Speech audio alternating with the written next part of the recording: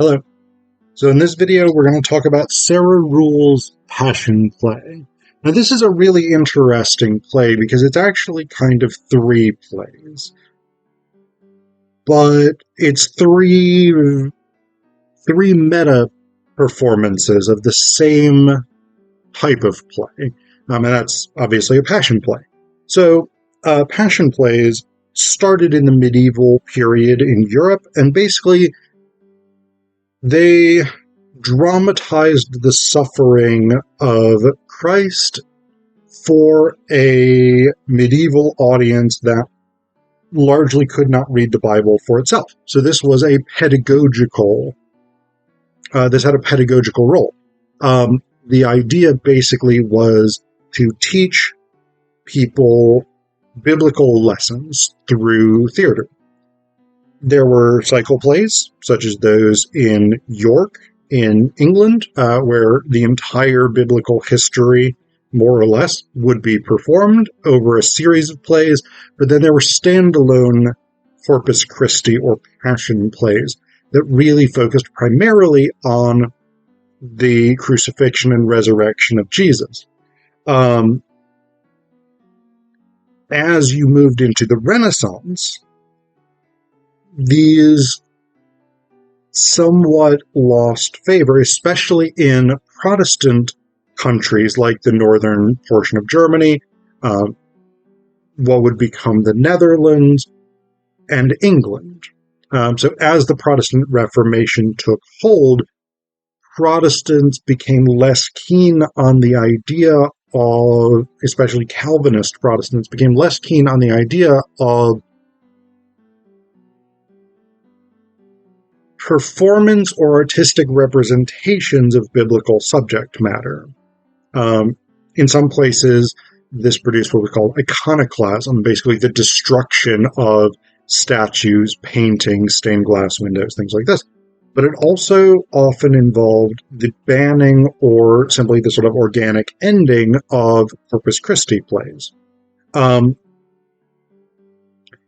first portion of Ruhl's Passion Play takes place in 1575 in England, and this is one of the last villages in England that produces a passion play, and by the end of the first portion, Elizabeth I shows up and is basically like, yeah, we're putting an end to this.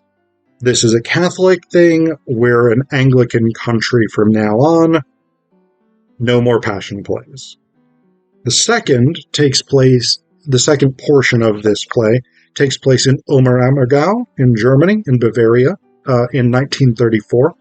Oberammergau still, to this day, I think, puts on a passion play every 10 years.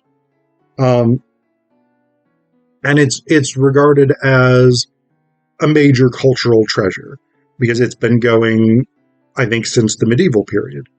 And then the third portion takes place in Spearfish, South Dakota, where an American version of the Passion Play was started in, I think, the 60s, the 50s? Maybe as early as the 30s. I don't remember off the top of my head. But the play is set between 1969 and 1980s-ish? 1990s-ish. So each of these plays has its own sort of thematic concerns. The 1575 version is concerned with the repression of Catholicism under the auspices of the Protestant Reformation in England. The second portion is concerned with the fact that this is Nazi Germany, and you have the rise of Hitler and the Nazi Party. Incidentally, Hitler attended the Passion Play at Oberammergau and apparently quite liked it, which doesn't mean that the Passion Play at Oberammergau is bad. It just that raises concerns. And then you've got the one in Spearfish, which where the guy who plays Pontius Pilate and Satan is a Vietnam vet who has pretty severe PTSD and experiences delusions and things like this.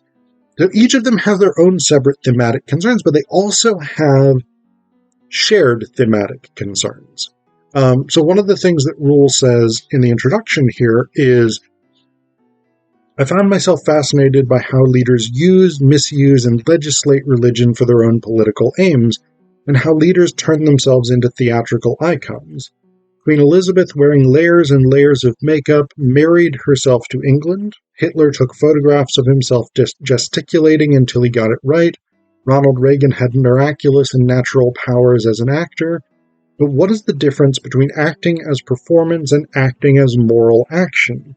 It is no accident that we refer to theaters of war. So each of these three variations includes the political leader of the time coming on stage and making speeches. And they're played by the same character, or the same actor. So this is actually one of the things, is this is meant to be performed as a cycle. Either performed in one night over about a 3-hour period, Ruhl estimates, or performed with the first and second half on one night, and then the third portion on a second night. But what you have is the same characters, or the same actors playing comparable characters over the 3 cycles. So part 1, Pontius the Fish Gutter, who plays Pontius Pilate and Satan in the play itself. Part 2, in Germany, 1934, it's a foot soldier who plays Pontius Pilate in the Passion play. Part 3, South Dakota, 1969 to the present. He plays Pontius Pilate and Satan, all played by the same actor.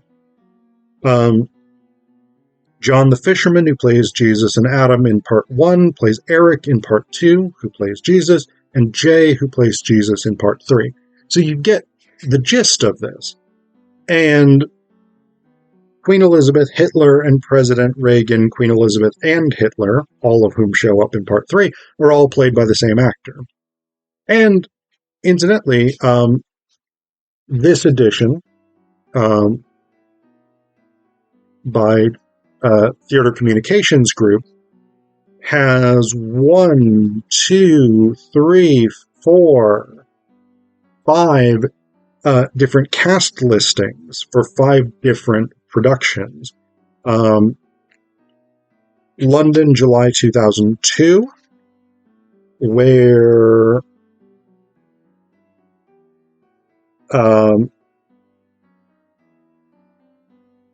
Queen Elizabeth, Hitler, and Reagan were played by Scott Handy and Catherine Tate. So they broke that role up. Washington, D.C., 2005. Elizabeth, Hitler, Reagan, Nixon, and for some reason is in there but isn't in the final version. An ensemble played by Robert Dorfman. Chicago, 2007. Elizabeth, Hitler, Reagan, played by P. Ryder Smith. Yale, 2008, played by Catherine Chalfant. And the Epic Ensemble Theater in Brooklyn, New York in 2010, played by T. Ryder Smith again. So you've got some male actors playing these roles and some female actors playing these roles. And it clearly doesn't matter because it's about the theatricality of it. And we get this maybe most overtly and directly at the end of Part 1, Scene 24, when Elizabeth arrives on our stage in this village that produces this Passion play. And she says, in a thing that Elizabeth herself would almost never actually have said, though there are some direct quotations from Elizabeth, Hitler, and I think Reagan as well. But she says, "My loving people, do you know when they place me in my golden coffer what they will find? They will scrape at my face with a jeweled penknife, and they will discover layer upon layer of white paint. A wall of paint as thick as this joint in my thumb. They will be surprised. They will open their eyes wide. They do not know that queens do not wash, and that queens are obliged to paint their faces so that queens do not appear to become old or ugly. I do not want the grave diggers to scrape white paint off the dead faces of my subjects. I want my subjects to remain clean and honest and loyal to the crown. I do not want my subjects to impersonate the holy figure of Christ. Did Christ paint his face? No. Such things are unholy. If any man or woman in England is seen with a painted face, assuming the person of a holy figure on a stage, I will have them beheaded immediately. The courtiers say, the Queen has spoken. Stage direction, she turns to go. The players raise their heads slightly to watch her go. The Queen moves to exit. She stops in her tracks. The Queen says, is any house in this village concealing a priest? My subjects should feel free to confess all their sins to me. Stage directions. No one speaks. She walks among her people, slowing as she walks past the visiting friar. She says, has anyone in this village anything to confess? Stage directions. No one speaks. The Queen. Good. I'll have my courtiers search your homes, just to be certain. And so there is, again, this fascination with how religion and power tie together with theatricality, right? I find this speech by Elizabeth really, really interesting because, in fact, her tendency, the historical Elizabeth's tendency to wear heavy white makeup so that she looked very pale, sparked a fashion among courtiers to wear heavy white makeup, especially female courtiers, so that they would also look quite pale. When her teeth rotted because of how much sugar she consumed, it became the fashion for people to blacken their own teeth. Everything Elizabeth did, everybody else had to copy, so that she would always be the leader of fashion in the court. And it was this fantasy of the theatricality of power, the theatricality of being a monarch, and the role that played in influencing others. And yet, here we have this very Protestant critique of the Passion Play as this sort of iconography, idolatry, really. This idea of, I want my subjects to be clean and honest, even though I myself am engaging in this very theatrical practice.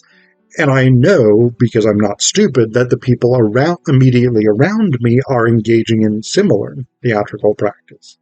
So that's one sort of consistent theme throughout this.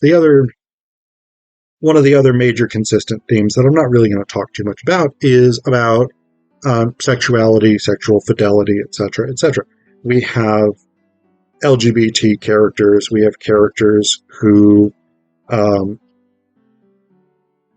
in the third play, he who's the person who plays Pontius Pilate, who goes off and serves in the Vietnam War.